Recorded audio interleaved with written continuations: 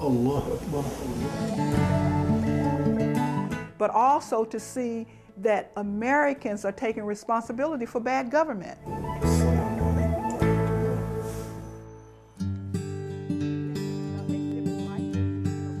یہ اکولو رشید ہیں، international museum of Muslim cultures کی بانی اور انتظامی سربراہ۔ اکولو رشید کہتی ہیں کہ دنیا میں اتفاق پیدا کرنے کے لیے یہ لازم ہے کہ ہم ایک دوسرے پر بھروسہ کرنا سیکھیں۔ جب امریکہ سے باہر رہنے والے مسلمان مجھ سے گفتگو کرتے ہیں تو حکومت کی پالیسی کے باعث وہ امریکہ سے برہمی کا اظہار کرتے ہیں۔ لوگوں نے ہمیشہ یہ واضح کرنے کی کوشش کی ہے کہ حکومت اور لوگوں کے فرق کو علیحدہ رکھیں، ایک ساتھ نہ ملائیں۔ اس حوالے سے دیکھیں تو شاید بیشتر مسلمانوں کو اس بات کا پتہ بھی نہیں ہوگا کہ کوئی اکولو رشید ہیں۔ اکولو رشید جو مسیسپی کے جیکسن شہر میں ایک اسلامی عجائب گھر چلا رہی ہیں۔ اس لیے جب وہ امریکہ کے بارے میں سوچتے ہیں تو میں نہیں سمجھتا کہ انہیں علم ہوگا کہ آپ بھی کوئی شخص یہاں پر زندہ ہیں۔ تو ایک امریکی مسلمان کی حیثیت سے باقی مسلم دنیا کے لیے آپ کا کیا پیغام ہے؟ That's an interesting question. I think that one thing and one way of approaching that is that yes, it's programs like this that would help the Muslim world see the other face of America. I think there is a real need for that. یہ ایک دلچسپ سوال ہے۔ میں سمجھتی ہوں کہ اس سوال کا جواب اس انداز سے دیا جا سکتا ہے کہ ہاں، یہ ایسے پروگرام ہیں جن سے مسلمان ممالک میں امریکہ کا دوسرا رخ پیش کرنے میں مدد ملے گی۔ میرے خیال میں اس بات کی شدید ضرورت ہے۔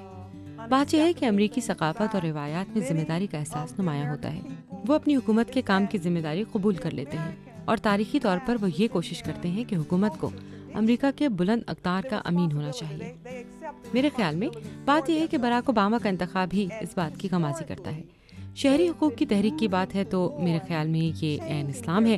اس طرح کی جستجو کرنا اپنے ہی لیے نہیں بلکہ اپنی حکومت کے لیے بھی ذمہ داری کی حامی بننا، اس لیے کہ باقاعدہ منصوبہ بندی اور انتظام کے ذریعے بہتر اور اچھی حکومتی عملداری کا حصول ممکن ہو جو کہ امریکی روایات کی عکاس ہو۔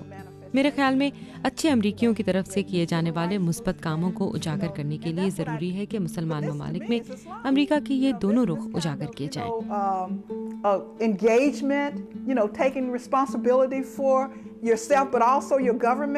اس بات کو بھی دیکھا جانا چاہیے کہ امریکی لوگ خراب حکومتی کارکردگی کے لیے بھی اپنی ذمہ داری تسلیم کرنے کے لیے تیار ہیں۔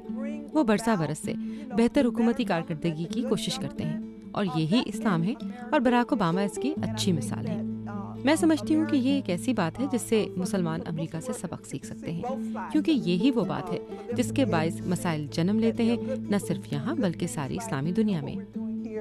But also to see that Americans are taking responsibility for bad government. حالانکہ جب میں مسلمان سرزمین پر عظیم اصلاح پسندوں اور انقلابیوں پر نظر ڈالتی ہوں تو پتہ چلتا ہے کہ یا تو انہیں قتل کر دیا گیا یا وہ قید میں ڈال دیے گئے۔ یہ مناسب نہیں۔ ہمیں پتہ ہونا چاہیے کہ ایسے کاموں کی ہمیشہ مزاحمت ہوتی ہے، ہو سکتا ہے تھوڑی بہت ہی ہو، لیکن مسلم دنیا کی اکثریت اور ان کی مختلف قومیتیں خراب حکومتی عملداری یا ایسی خراب حکومتوں کو ہٹانے کے لیے اپنی ذمہ داری کا کوئی قابل ذکر احساس نہیں دلاتی۔ میں سمجھتی ہوں کہ امریکہ کی طرف انگلی اٹھانا آسان کام ہے، لیکن اپنی سرزمین پر حکومتوں کو تبدیل کرنے کا کام اس سے کہیں زیادہ اہم ہے۔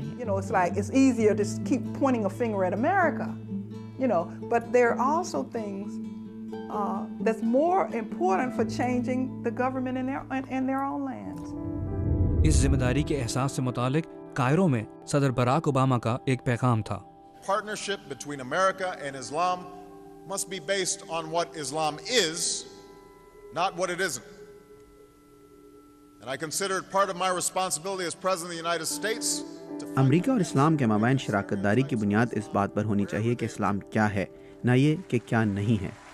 میں سمجھتا ہوں کہ امریکہ کے صدر کی حیثیت سے یہ میری ذمہ داری کا جزو ہے کہ میں اسلام کے بارے میں گھسی پٹی منفی باتوں کو دور کرنے کی جستجو کروں، چاہے وہ جہاں کہیں بھی نظر آئیں۔ لیکن اسی اصول کا اطلاق امریکہ کے بارے میں مسلمانوں میں پائے جانے والے تصورات پر بھی ہوتا ہے۔ جس طرح مسلمانوں کے بارے میں گھسے پٹے منفی خیالات درست نہیں، اسی طرح یہ سوچ فرسودہ ہے کہ امریکہ کوئی مفاد پرست ریاست ہے۔ دنیا میں ترقی کے حصول کے حوالے سے امریکہ کا شمار سب سے بڑے ستونوں میں ہوتا ہے۔ ہم انقلاب کی پیداوار ہیں، نہ کہ کسی سلطنت کی۔ ہماری بنیاد اس نصب العین پر ہے کہ سب انسان مساوی درجہ رکھتے ہیں، جس میں 70 لاکھ امریکی مسلمان شامل ہیں جو آج ہمارے ملک میں بستے ہیں، جن کی آمدنی اور تعلیمی درجہ بندی ایک عام امریکی نسبت بہت اعلیٰ ہے۔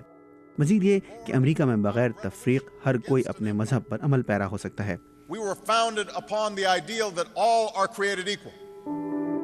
Allah subhanahu wa ta'ala says the Christians, the Jews, and the Sabians all will have their reward from their Lord. But those who believe and do the right thing